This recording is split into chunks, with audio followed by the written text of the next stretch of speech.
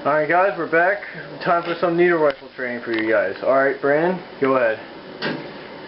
Alright, this is a quick one, easy one. Basically with needle rifle, you have to shoot in a certain pattern with it. People will just spam the trigger and go, they'll go really, it just goes inaccurate and goes all over the place with the needles. But basically, the way you shoot this thing is, which I figured out, because it is true. If you shoot it, you shoot it 3 times, pause, and 1, 2, 3, pause, 1, 2, 3, pause, and a headshot. So it's 3, pause, and 3, and then you get your headshot. So that's basically seven shots to kill someone with the needle rifle. The way I remember it is the Jingle Bells tune. Yeah, right. Wait until you hear this, guys. The Jingle Bells tune. That's the best way of. That's what I put it. The way you shoot it needs to be like the Jingle Bells tune. So, anyways, it's like this: Jingle bells, headshot. Then headshot. Because if you're just sitting there spamming the trigger all over the place, you're not going to kill him. You're going to miss half of your shots. And with your whole clip, I don't know how many bullets are up there, but you only need 7 of those. So yeah, Jingle Bells tune, because you want to have a pause after every 3 shots.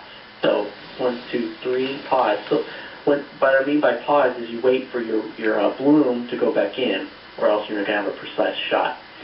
So basically that's it for the needle rifle.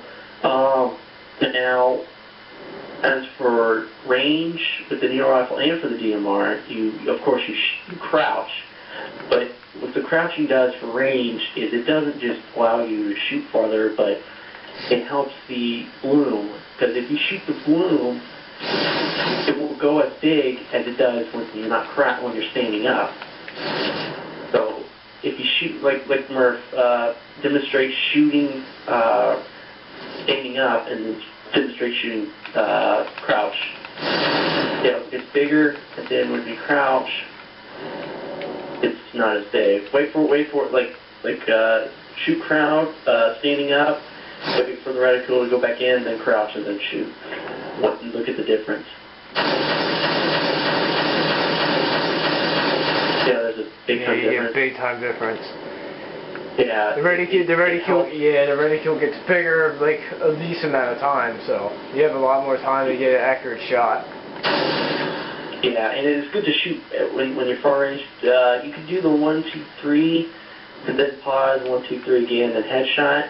But it depends on how far they are. If they're really far, you have to go 1 shot at a time. It just all depends. I usually do a lot of jumping when I'm about to die, or if I want to get that precise headshot, because I could get two. It depends on how good you are at aiming. Basically, aiming and shooting grows over time over Halo, matchmaking, and all that. That's basically the only way to get better at your shots is by matchmaking. So like when I go and I fight somebody, I get my shots in pretty much every time. My aimer's always on them. Now that doesn't mean I always get my shots in. That just means I know where I'm gonna hit them and how I'm gonna hit them, and you'll eventually get with that for you guys over time as you play in matchmaking. Now you can crouch in mid-air. If you guys didn't know that. It depends on what your crouch setting is. I have mine on where I have to hold down to crouch. Some people just have it to click and they automatically crouch. I have mine to hold down too. Yeah, if you have to hold down, you can crouch in midair, and then you can get headshots. Well, usually I don't always do that, just depending if I'm about to die, I just throw that in there. It just all depends, but it helps. It really does help. Now, the last and final thing is when you're strafing, to throw them off, crouch while you strafe, like this. Just basically duck.